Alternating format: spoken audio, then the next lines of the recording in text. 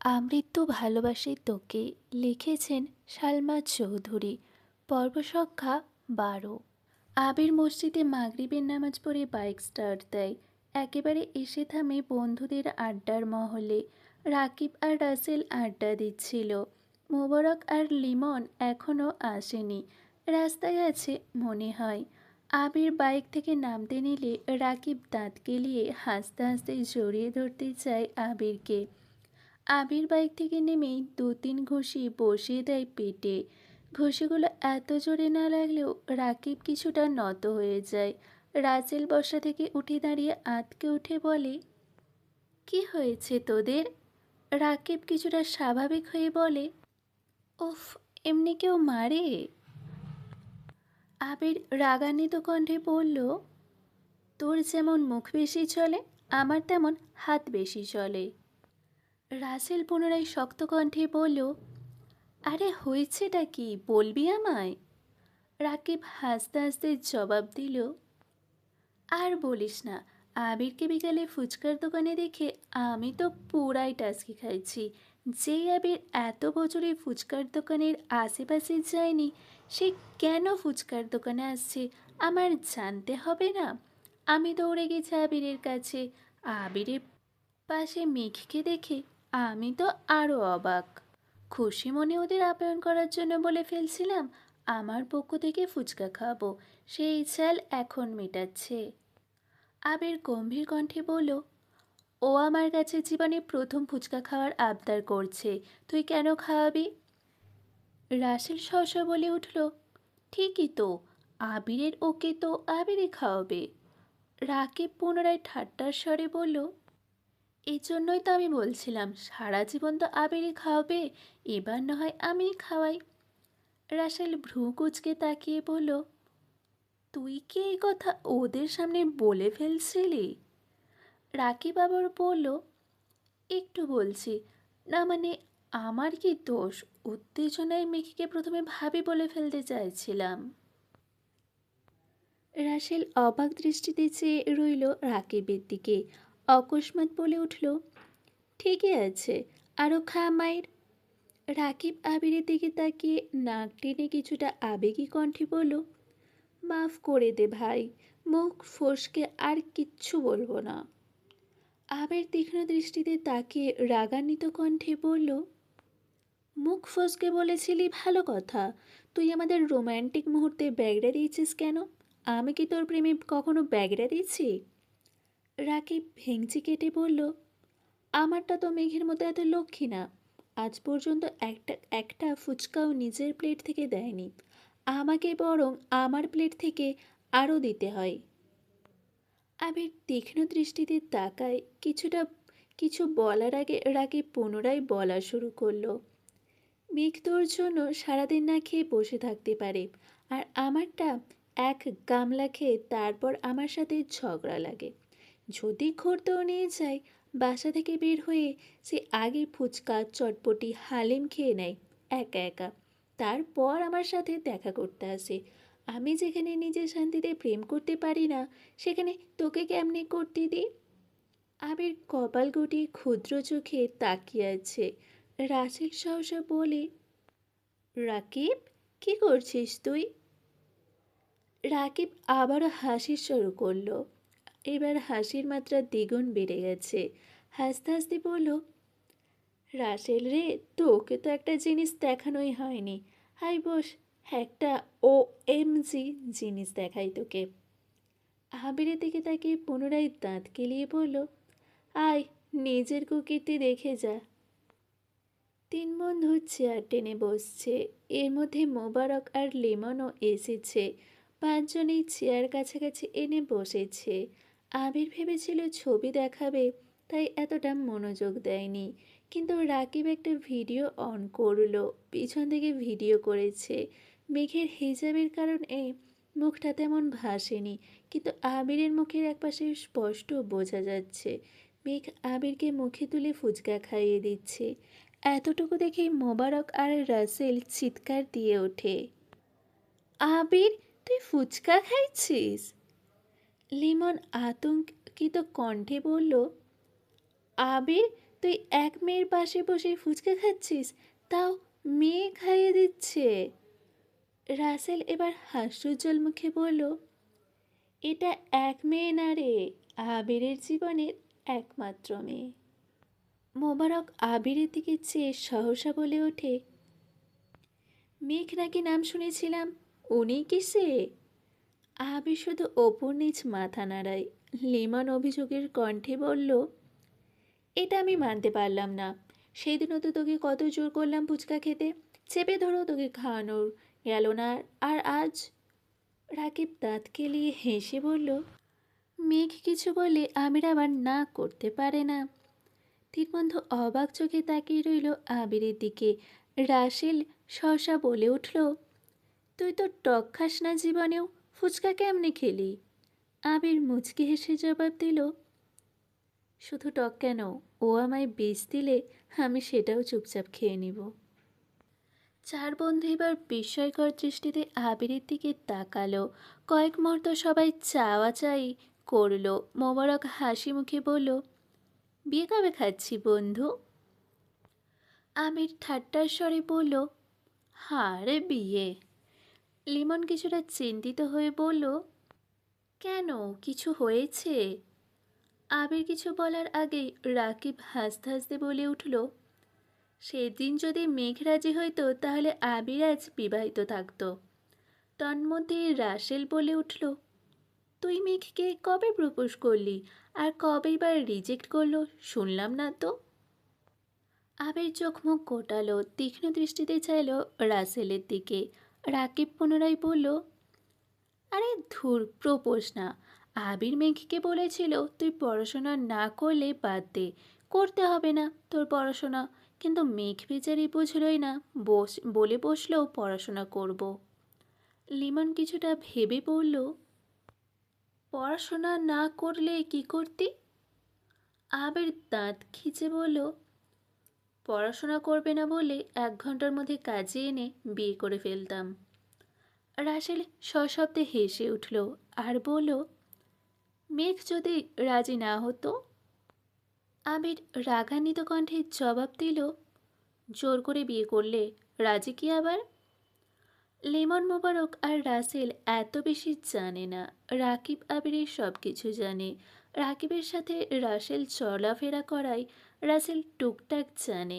Lemon দাঁত বের করে ঠান্ডা কণ্ঠে শুধালো, বিয়েটা তো মেঘকে বলেও করতে পারিস, তাহলে তো আমরাও বিয়েটা খেতে পারি, আর তোর বউও বিয়ের পরে পড়াশোনা করতে পারে। আবির দীর্ঘশ্বাস ফেলল, কণ্ঠ খাদে নামিয়ে বলল, এই কাজ আমি কখনোই করব না। মোবারক প্রশ্ন করল, কেন? কারণ মেঘকে বা বাসায় ঝামেলা করে আমি এখন বিয়েটা করলে জীবনে কোনো এক সময়ে মেঘের মনে হতে পারে আমি ওর যোগ্য না। পড়াশোনা, বাইরে চলাফেরা, বন্ধু মহলের সাথে সে আমাকে মানাতে পারল না। মেঘের কখনো যদি মনে হয় আমি ওর জীবনে জোর করে এসেছি, বা মেঘ আমার থেকে মুক্তি চায়, তখন আমি কি করব? তার থেকে ভালো ও পড়াশোনা করুক, নিজে প্রতিষ্ঠিত হোক। যখন ওর মনে হবে আমাকে ছাড়া ওর চলবে না, তখনই আমি ওকে বিয়ে করব। গভীর মনোযোগ দিয়ে কথাগুলো শুনছিল সকলে। মোবারক মাথা চুলকে বলল, একটু আগে যে বললি জোর করে বিয়ে করবি। আবির এবার কপাল কুঁচকে বিরক্তি নিয়ে বলা শুরু করলো, মেঘ যদি বলতো সে পড়াশোনা করবে না, তাহলে আমি জোর করে বিয়ে করতাম। কারণ তখন তার পড়াশোনা করে কেরিয়ার করার ইচ্ছে থাকতো না, জীবনে চলার পথে নতুন বন্ধু হতো না, আমাকে ঘিরেই ওর পৃথিবী হতো। একটা না একটা সময় গিয়ে আমার প্রেমে পড়তে বাধ্য হতো। লিমন এতক্ষণ নীরব থাকলেও এবার চিন্তিত স্বরে বলল, সবই তো বুঝলাম, কিন্তু ভাবির জীবনে যদি অন্য কেউ চলে আসে, তখন কি তুই ভাবিকে ছেড়ে দিবি? রাকিব ফিক করে হেসে উঠল, তাচ্ছিল্যের স্বরে বলল, যা বলেছিস তুই, হাবির দেবে মেঘকে ছেড়ে? হাঁ চাইলি, এই আবির দেশেই আসছে এক ছেলেকে পিটাইতে। ছেলের অপরাধ কি? ছেলে মেঘের সাথে কথা বলার চেষ্টা করেছিল, কথা বলার চেষ্টাতেই ছেলে এখনও হাসপাতালে ভর্তি। যদি প্রেম করার চিন্তা করে, তখন আবির কী করবে তোরাই ভাব। রাসেল, লিমন এবং আর মোবারক সমস্বরে চিৎকার দিয়ে উঠল, আবির! আবির নিরিট কণ্ঠে বলল, আস্তে। আবির পকেট থেকে ফোন বের করে টাইম দেখে বলল, নামাজের সময় হয়েছে, চল নামাজে যাই। সবাই নামাজ পড়ে বের হলো। রাকিব দাঁত কেলিয়ে বলল, শোন, আজ আবির আমাদের ট্রিট দিবে। কি খাবি বল তোরা? আবির বিরক্তি নিয়ে বলল, আমি কেন ট্রিট দিব? আমি কি বিয়ে করছি নাকি? রাকিব মুখ বাঁকিয়ে বলল, বিকেলে যে বললি আনলিমিটেড ফুচকা খাওয়ানোর ক্ষমতা তোর আছে, তাহলে এখন আমাদের খাওয়া। আবির গম্ভীর কণ্ঠে বলল, এই অফার শুধু আমার কাদম্বিনীর জন্য। লিমন অকস্মাৎ বলে উঠল, আমাদের আনলিমিটেড খাওয়াতে হবে না, লিমিটেডই খাওয়া তোর কাদম্বিনীর তরফ থেকে। আবির কিছুটা ভেবে বলল, ঠিক আছে চল। 3টা বাইকে 5 বন্ধু চলল। আবির একা, বাকি 2 বাইকে দুজনে করে নামি দামি রেস্তোরাঁয় এসে বসলো সকলে। আবির উৎফুল্ল কণ্ঠে শুধালো, বুফে খাবি নাকি কাচ্ছি? বন্ধু চোখাচোখি করলো। রাসেল মুচকে হেসে বলল, দেখলি রিমন, মেঘের কথা বলতে বুফে অফার করছে, কি ভালোবাসা। মোবারক বলে বসলো, তাহলে তো দিন পর পর ভাবির কথা বলে খাওয়া যাবে। আবির কড়া কণ্ঠে জবাব দিল, এটাই আমার বিয়ের আগে আমাদের পক্ষ থেকে তোদের প্রথম এবং শেষ ট্রিট। এতদিন মেঘের কথা এত ডিটেলসে জানতি না, তাই ট্রিটের কথা ওঠেনি। আজ যেহেতু জানছিস, তাই ট্রিট দিচ্ছি, আর কিছুই না। সবাই কাচ্চি আর বোরহানি নিল। আবির ফোন বের করে টাইম দেখে তাড়াতাড়ি খাওয়া শেষ করলো। বাকি 4 বন্ধু এখনও খাচ্ছে। আবির হাত ধুয়ে টিস্যু দিয়ে হাত মুছতে মুছতে বলল, তোরা কি আর কিছু খাবি? কেন, চলে যাবি নাকি? রাকিব বলল। আবির মুচকি হেসে বলল, তোদের ভাবি আমার জন্য অপেক্ষা করছে। সবাই একসাথে বলে উঠল, অ্যাঁ। লিমন অভিমানী স্বরে বলল, বাহ বন্ধু বাহ, এক বাড়িতে প্রেম করে যা মজা নিচ্ছিস, এদিকে আমার জীবন কাজিনের এদিকে আমার সব কাজিনের বয়স 5 বছরের কম, জীবনটা বেদনার। আবির একাল হেসে বলল, আর কিছু না খেলে বিল দিয়ে দিচ্ছে। সবাই বলল, আর কিছু খাবো না, দোয়া করি তোরা সুখী হ। আবির বিল পরিশোধ করে সবার থেকে বিদায় নিয়ে বাসার উদ্দেশ্যে রওনা দিয়েছে। এদিকে মেঘ সন্ধ্যার পর বাসায় এসে কিছুক্ষণ রেস্ট নিয়ে পড়তে বসেছিল। 2 ঘন্টা 2 পরে খেয়ে নিয়েছে। আবির শুক্রবারে বাহিরেই বন্ধুদের সাথে হাবিজাবি খায়, রাতে বাসায় ফিরে আর ভাত খায় না।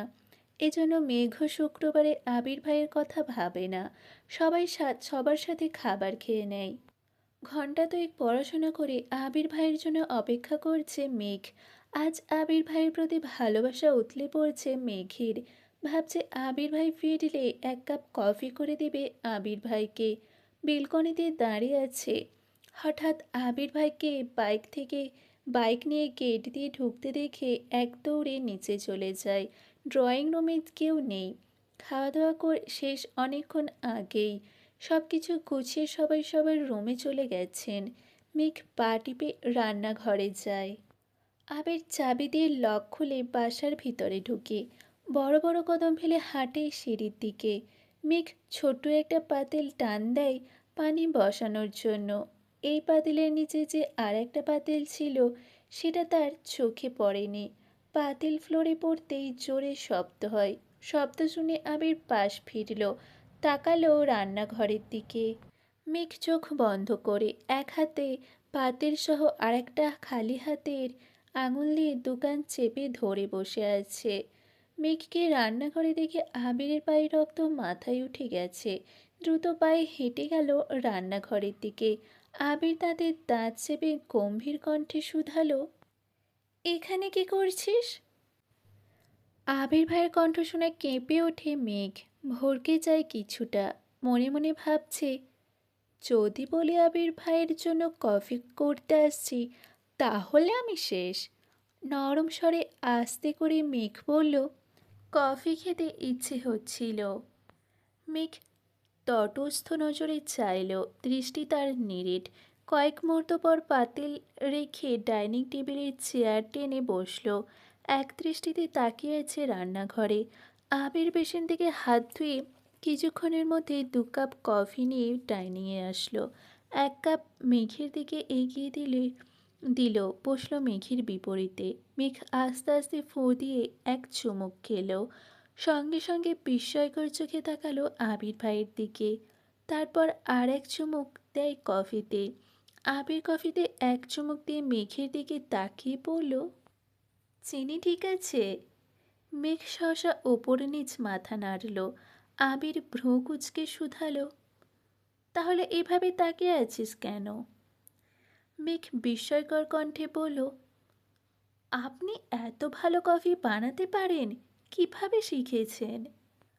আবির নিরুদ্বেগ কণ্ঠে উত্তর দিল, বাহিরে থাকলে এরকম অনেক কিছুই শিখতে হয়, পরিস্থিতি শিখিয়ে দেয়। মেঘ কি বুঝল কে জানে, একগাল হেসে বলল, থ্যাংক ইউ আবির ভাই। অকস্মাৎ আবিরের অভিব্যক্তি বদলে গেল। ভ্রু কুঁচকে ধমকের স্বরে বলে উঠল, বাড়িতে এতগুলো মানুষ আছে, সাথে একজন হেল্পিং হ্যান্ড থাকার পরও তুই রান্নাঘরে ঢুকলি কোন সাহসে? আবির ভাইয়ের ধমকে চমকে উঠল মেঘ। অক্ষিপল্লব কাঁপছে তীর তীর, ঘামতে শুরু করেছে। ফ্যালফ্যাল করে তাকিয়ে আছে আবির ভাইয়ের দিকে। আবির দ্বিতীয়বার গম্ভীর কণ্ঠে বলল, দরকার হলে তোর জন্য আরও 2জন হেল্পিং হ্যান্ড রাখবো, তারপরও তোকে যেন আমি আগামী 3 মাস রান্নাঘরে পা দিতে না দেখি। কথা শেষ হওয়া মাত্রই হাতে কফির কাপ নিয়ে নিজের রুমের দিকে চলে গেল। মেঘ মানব মূর্তির ন্যায় চেয়ারে বসে রইল। আবির গভীর রাতে মেঘের দরজায় ডাকছে। দরজা খোলাই ছিল, তারপরও উনি ঢুকছেন না। কণ্ঠ উঁচু করে বললেন, আসবো? মেঘ একগাল হেসে তৎক্ষণাৎ উত্তর দিল, আমার রুমে আসতে আপনার অনুমতির প্রয়োজন নেই। আবির মেঘের মাথার কাছে বিছানায় বসে কোমল কণ্ঠে বলল, তুই এত কিউট কেন মেঘ? আবির ভাইয়ের আজগুবি কথা শুনে বিস্ময়কর চোখে তাকালো। বারান্দায় জ্বালানো লাল রঙের লাইটের আলোতে আবিরের মুখমণ্ডল টকটকে লাল বর্ণের হয়ে আছে। আবির কেমন করে চেয়ে আছে মেঘের দিকে। আবির ঠোঁট কামড়ে বলল, তোর এই টাগর টাগর চোখের চাহনি আমায় বারবার আহত করে। অভিমানী সেই কণ্ঠস্বর আমাকে বারংবার তোর প্রেমে পড়তে বাধ্য করে। তোর অকৃত্রিম হাসি আমার সারাদিনের ক্লান্তি নির্বাণ করে। মেঘ হাঁ করে তাকিয়ে আছে আবিরের দিকে। মুখ ফসকে বলে উঠল, আপনি আমায় ভালোবাসেন আবির ভাই? আবির সঙ্গে সঙ্গে বসা থেকে উঠে দাঁড়ালো। কিছু না বলেই চলে যাচ্ছে। মেঘ পিছন থেকে ডাকছে, আবির ভাই। আবির ফিরেও তাকাচ্ছে না। পুনরায় আবির ভাই চিৎকার দিয়ে উঠে বসল বিছানায়। আশপাশে তাকিয়ে দেখে কোথাও আবির ভাই নেই। বারান্দার লাইটের আলোতে স্পষ্ট দেখা গেল রুমের দরজা বন্ধ। মেঘ বিস্ময় সমেত তাকিয়ে রইল দরজার পানে। ফ্যানের বাতাসে চুলগুলো উড়ে চোখে মুখে ঝাপটে পড়ছে। কয়েক মুহূর্ত লাগলো মেঘের বুঝতে যে এটা স্বপ্ন ছিল। মেঘ দীর্ঘশ্বাস ফেলল। দূর দূরান্ত থেকে আজানের শব্দ ভেসে আসছে। মেঘ মোবাইলটা হাতে নিয়ে টাইম দেখল। ফজরের ওয়াক্ত হয়ে গেছে।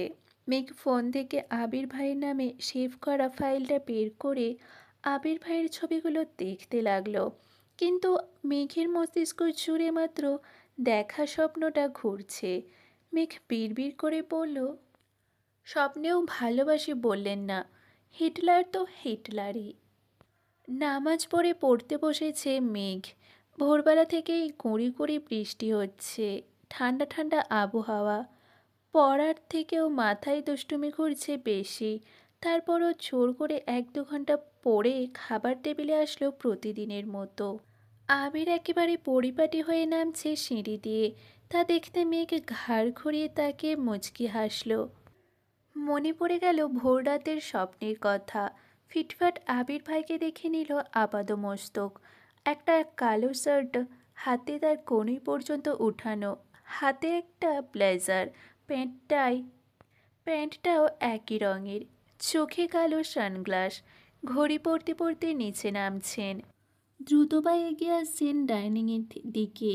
মেঘ তখনও অভিভূতের ন্যায় চেয়ে আছে আবির ভাইয়ের পানে আর গুনগুন করে গান গাইছে। কালো সানগ্লাসটায় কেন এত সুখ, হে যুবক, দৃষ্টিতে যেন সে রাসপুতিন, খুন হয়ে যায় আমি প্রতিদিন, নাম ধাম জানি না তার কিছু, তবুও নিলাম আমি তার পিছু। আবির কাছাকাছি এসে সানগ্লাস খুলে কপাল গোটালো, কিন্তু মেঘের হোঁশ নেই। আবির গলা খাকারি দিয়ে বলল, কি হয়েছে তোর? মেঘ একটু নড়ে চড়ে উঠল, গান থামিয়ে কণ্ঠ খাদে নামিয়ে জবাব দিল, ব্লেজার বলে আপনাকে কেমন লাগবে সেটাই ভাবছি। আবির পুনরায় সানগ্লাস চোখে দিল, কোণে পর্যন্ত তোলা হাত নামিয়ে সঙ্গে সঙ্গে ব্লেজার পরে নিল। মেঘ উচ্চস্বরে বলে উঠল, মাস আল্লাহ, কারণ নজর না লেগে যায়। অকস্মাৎ মেঘ চেয়ার থেকে উঠে আবির ভাইয়ের কাছে গিয়ে দাঁড়ায়। আবির ভ্রু কুঁচকে চাইল। মেঘ সহসা আবিরের ডান হাতের কনিষ্ঠ আঙুলে হালকা করে কামড় দেয়।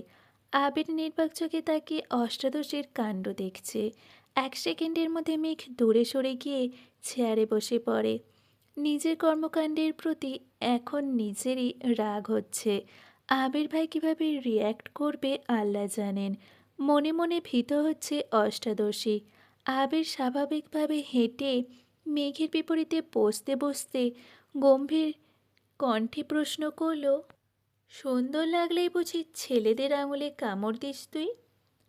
মেঘ চমকে উঠে তাকায় আবির ভাইয়ের দিকে, সঙ্গে সঙ্গে মাথা নাড়ে ডানে বামে, অভিমানী স্বরে বলে ওঠে, মিম আর মিম ছাড়া কারো আঙুলে কামড় দিই না। আবির কিছু বলার আগে হালিমা খান খাবার নিয়ে হাজির হলেন। একগাল হেসে বললেন, কি ব্যাপার, দুই ভাই বোন আজ গল্প করছে নাকি? আবিরকে দেখে পুনরায় বললেন, মাশাল্লাহ, তোকে খুব ভালো লাগছে। ততক্ষণে আস্তে আস্তে সবাই খাবার টেবিলে আসতে শুরু করেছে। ইকবাল খান এসে আবিরকে দেখেই বলে উঠলেন, মাশাল্লাহ আবির, তোকে তো অনেক সুন্দর লাগছে। এতদিনে তোকে সে ইও মনে হচ্ছে। তোর লুকেই আজকের মিটিং জমে যাবে। আলী আহমেদ খান ও ছোট করে বললেন, মাশাল্লাহ। মোজাম্মেল খান চেয়ারে বসতে বসতে বললেন, ভাইজান, আবিরকে বলা দরকার না কথাটা? আলী আহমেদ খান 1 সেকেন্ড থেমেই বলে উঠলেন, ও হ্যাঁ, আমার তো মনেই ছিল না। আবির নিরিট কণ্ঠে প্রশ্ন করল, কি হয়েছে? আবির আলী আহমেদ খান সহসা বললেন, তোকে একটু রাজশাহী যেতে হবে 4-5 দিনের জন্য। আবির 2 আঙুল দিয়ে কপালে আলতো করে ছুঁয়েছে, সাথে এক পলক মেঘকেও দেখে নিয়েছে। মেঘ মনোযোগ দিয়ে খাবার খাচ্ছিল, তবে এই কথা শুনে মুখে খাবার নিয়েই চোখ গোল গোল করে তাকিয়ে আছে আবিরের পানে, আর মনে মনে বলছে, প্লিজ আবির ভাই, যাবেন না প্লিজ। আবির বাবার দিকে এক নজর তাকালো, তারপর মাথা নিচু করে বলল, আমি এখন কোথাও যেতে পারবো না। মোজাম্মেল খান অকস্মাৎ বললেন, কেন? আবির মনে মনে বলল, আমি দূরে গেলে কারো খাওয়া বন্ধ হয়ে যায়, রাতে ঘুম হারাম হয়ে যায়। সহসা গলা খাঁকিয়ে দিয়ে গম্ভীর কণ্ঠে আবির বলে উঠল, আমার অফিসে কাজ আছে, 1 সপ্তাহ পর অফিস শুরু হবে। এই অবস্থায় সব কিছু ফেলে আমি কোথাও যেতে পারবো না। মোজাম্মেল খান এবার আলী আহমেদ খানের দিকে চেয়ে বললেন, তাহলে কি আমি যাব ভাইজান? আলী আহমেদ খান কিছু বলার আগেই পুনরায় আবির বলে উঠল, কাউকেই যেতে হবে না, আমার পরিচিত লোক আছে, আমি এখান থেকেই কাজ করাতে পারবো। তারপরও যদি সমস্যা হয় তখন তোমাদের আমি জানাবো। তবে আগামী 2-3 মাস আমি কোথাও যাব না, এটা বলে রাখলাম। চট্টগ্রামের কাজ মোটামুটি শেষ করে আসছি, সিলেটের কাজও কাকামণি শেষ করে আসছেন, রাজশাহীটা আমি দেখছি, তোমাদের যেতে হবে না। মেঘ নিঃশব্দে হাসছে। সবাই চুপচাপ খাবার খাচ্ছে। আবির খাবার শেষ করে উঠে যাবে, তখন ইকবাল খান ডেকে উঠল। আবির, বাহিরে বৃষ্টি, বাইক নিয়ে বের হোস না, আমি খাবার শেষ করে তোকে নিয়ে যাব, একটু বস। আবিরও বাধ্য ছেলের মতো সোফায় বসে রইল। তারপর ইকবাল খানের সঙ্গে গাড়িতে করে অফিসের উদ্দেশ্যে চলে গেলেন। সারাদিনই বৃষ্টি হয়েছে আজ। মেঘের কোচিং টিউশন কিছুই নেই। রুমে বসে সারাবেলা পড়াশোনা করেছে। বিকেলে বৃষ্টি কমে এক চিলতে রোদ বেরিয়েছে আকাশে। মেঘের আর পড়তে ইচ্ছে করছে না, তাই বই রেখে মোবাইল হাতে নিয়ে পুরো বাড়ি চক্কর দিল কিছু, কিন্তু সবাই ঘুমাচ্ছে, তাই আড্ডা দেওয়ার মতো কাউকে পেল না। হঠাৎ মনে হলো অনেক দিন ছাদে যাওয়া হয় না। সেই যে রাতের বেলা আবির ভাইয়ের গান শুনে ছাদে গিয়েছিল, তাও আবার ছাদের দরজা বন্ধ পর্যন্ত। তারপর থেকে আর ছাদের দিকে পা বাড়ায়নি মেঘ। মেঘ স্কুল কলেজে পড়ার সময় প্রতিদিন বিকেলবেলা ছাদে যেত। ফুল গাছ লাগানো আর তাদের যত্ন নেওয়া ছিল তার নেশা। তবে এইচএসসির আগে টেস্ট পরীক্ষা থেকে মেঘ ছাদে যাওয়া ভুলেই গেছে। টিউশন কোচিং শেষ করে বাসায় ফিরতে ফিরতে সন্ধ্যার পর হয়ে যেত। আর সন্ধ্যার পর ছাদে যাওয়ার মতো এত সাহস অষ্টাদশীর নেই। সেই থেকে গাছের যত্ন ছেড়ে দিয়েছে। গাছেরাও অযত্ন অবহেলায় মরে গেছে। তখন থেকে মিম আর ছা তখন থেকে মেঘ আর ছাদে যায় না। মেঘ গুটিসুটি পায়ে সিঁড়ি দিয়ে উঠল ছাদে। ছাদের গেট খুলতে চোখ ছানা বড়া হলো অষ্টাদশীর। ছাদের যতটা অংশ চোখে পড়ছে পুরোটাই কাছে ভর্তি। মেঘ পা বাড়ালো ছাদের দিকে। সম্পূর্ণ ছাদ পরিষ্কার, তাতে 3-4 গাছের টব রাখা। এক কর্নারে শুধু ফলের গাছ, বাকি সবটাই ফুল গাছে ভরপুর। নয়নতারা, বেশ কয়েক রঙের গোলাপের গাছ, পর্তুলিকার গাছ, তবে বিকেল বেলাতে ফুল নেই। কাঠগোলাপের গাছ, জিনিয়া, অপরাজিতা, রঙ্গন থেকে শুরু করে কত কত ফুলের গাছ, যার অধিকাংশ গাছের বা ফুলের নামই জানে না মেঘ। মেঘ নিজেকে নিজে প্রশ্ন করছে, এত গাছ কে আনলো? তানভীর ভাইয়া তো জীবনও ছাদে আসে না, তাহলে কি আবির ভাই? সহসা মেঘের চোখে মুখে উজ্জ্বলতা ফুটে উঠল। ছাদ ভর্তি এত গাছগাছালি দেখে মেঘের ভীষণ ভালো লাগছে। সবটা ছাদ ঘুরে দেখল, সারাদিন বৃষ্টি থাকায় পানি দেওয়ার প্রয়োজন হলো না। 20-30টা ছবিও তুলেছে ফুলের আর গাছের। ততক্ষণে সূর্য ডুবতে শুরু করেছে। গোধূলি আলোতে ফুলের মুগ্ধতা দেখে মেঘ লোভ সামলাতে না পেরে একটা গোলাপ ফুল ছিঁড়ে নিয়েছে। এতদিন পর নিজের বাড়ির ছাদে এত এত ফুল গাছ আর ফুলের সমাহার দেখে আবেশিত হয়ে পড়েছে মেঘ। এদিকে আবির করিডোর দিয়ে নিজের রুমের দিকে আসছিল। আবির মেঘকে দেখে ঠায় দাঁড়িয়ে পড়ল সেখানে। এদিকে মেঘ আপন মনে ফুলের গন্ধ শুঁকছে আর হাঁটছে। আশেপাশে বা সামনে কেউ আছে কি না তাতে তার কোনো মনোযোগ নেই। হঠাৎ আবিরের প্রশস্ত বুকে সঙ্গে ধাক্কা খেল মেঘ। নিজেকে সামলানোর আগেই আবির মেঘের বাহু চেপে ধরে। সহসা স্বাভাবিক হয়ে মুখ তুলে চায় মেঘ। আবির ভাইয়ের তপ্ত দৃষ্টি দেখেই মাথা নুইয়ে ফেলে পুনরায়। আবির বাহু চেপে ধরে, দ্বিগুণ ভারী কণ্ঠে ধমকে ওঠে, ফুল ছিঁড়েছিস কেন? মেঘ ঢোক গিলে মৃদু কণ্ঠে বলল, সরি। আবির পুরু কণ্ঠে শুধালেন, সরিটা আমায় না বলে গাছকে বলিস? মেঘ নিচের ঠোঁট কামড়ে ধরে আছে। আবির ভাইয়ের ধমকে ভিজে আসে নেত্রদয়। আবির মেঘের বাহু ছেড়ে দেয়, সঙ্গে সঙ্গে মেঘ চলে যেতে নেয়। আবির পুনরায় নিরেট কণ্ঠে ডেকে উঠল, শুন। মেঘ ওইখানেই দাঁড়িয়ে পড়েছে, কাঁদো কাঁদো কণ্ঠে উত্তর দিল, জি। আবির এবার কিছুটা স্বাভাবিক কণ্ঠে বলে উঠল, সময় পেলে গাছগুলোর একটু যত্ন নিস, এগুলো তোরই। মেঘ এবার বিস্ময়কর দৃষ্টিতে তাকায় আবিরের দিকে। নিষ্পলক তার দৃষ্টি, চোখ টলমল করছে পূর্বের জমা পানিতে। অধর সরে আছে কিছুটা দূরে। কয়েক মুহূর্ত পর উত্তেজিত কণ্ঠে শুধালো, আমার? আবির পূর্বের অভিব্যক্তি বজায় রেখে জবাব দিলেন, হ্যাঁ, তোর নাকি ফুলের গাছ অনেক পছন্দ, তাই এনে দিলাম। এখন যত্ন নেওয়ার দায়িত্ব তোর। আর হ্যাঁ, গাছের যত্ন নিতে গিয়ে দুনিয়া ভুলে যাসনি যেন। মেঘ বশীভূত চোখে চেয়ে আছে আবির ভাইয়ের দিকে। আবিরও এবার সরাসরি চোখ রাখে মেঘের চোখের মুখে। দুফোঁটা অশ্রুর দাগ হয়ে গেছে। ওর সম্পূর্ণ গাল টকটকে লাল হয়ে আছে। গালের মাঝে একটা গাঢ় কালো তিল জ্বলজ্বল করছে। আবিরের দুর্বোধ্য দৃষ্টি দেখে নিজের দৃষ্টি সংযত করল মেঘ। কোমল কণ্ঠে বলল, থ্যাংক ইউ আবির ভাই।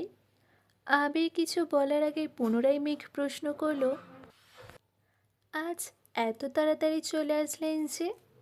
আবির উত্তর দিল, একটু পর আবার বের হব। অষ্টাদশী পল্লব ছাপতে আবির ভাইয়ের দিকে চেয়ে প্রশ্ন করে, কফি খাবেন আবির ভাই? আবির খড়খড়ে কণ্ঠে শুধালো, গতরাতে কি বলেছি তো কি মনে নেই?